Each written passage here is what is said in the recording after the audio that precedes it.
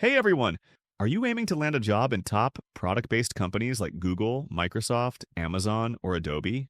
In this video, I'll walk you through the complete hiring process step by step, especially if you're a fresher. Let's break down each round, what to expect, and how to prepare. So, let's get started. Round 1. Online Assessment. The first round is usually an online assessment.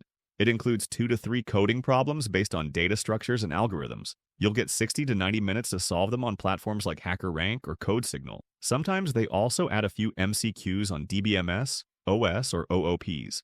Make sure to practice on LeetCode and Geeks for Geeks regularly. Round 2. Technical Interviews. If you clear the OA, you'll face 2 to 3 rounds of technical interviews. Each round lasts around 45 to 60 minutes. The focus is mainly on coding, arrays, linked lists, trees, recursion, DP, etc. They may also test your knowledge in core subjects like DBMS, OOPs, OS, and computer networks. If you're experienced or applying for higher roles, expect system design questions too.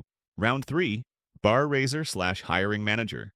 This round checks how you approach problems and communicate solutions. It's more of a discussion. Sometimes they'll dive deep into your resume or past projects. Here, they assess if you fit their work culture and expectations. Be clear, confident, and structured in your answers. Round 4. HR Round. Finally, the HR or behavioral round.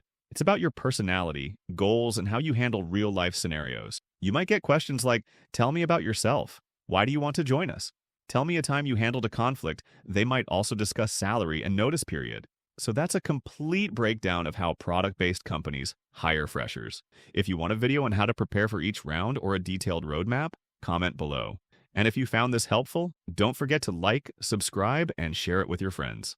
Thanks for watching, and all the best for your journey.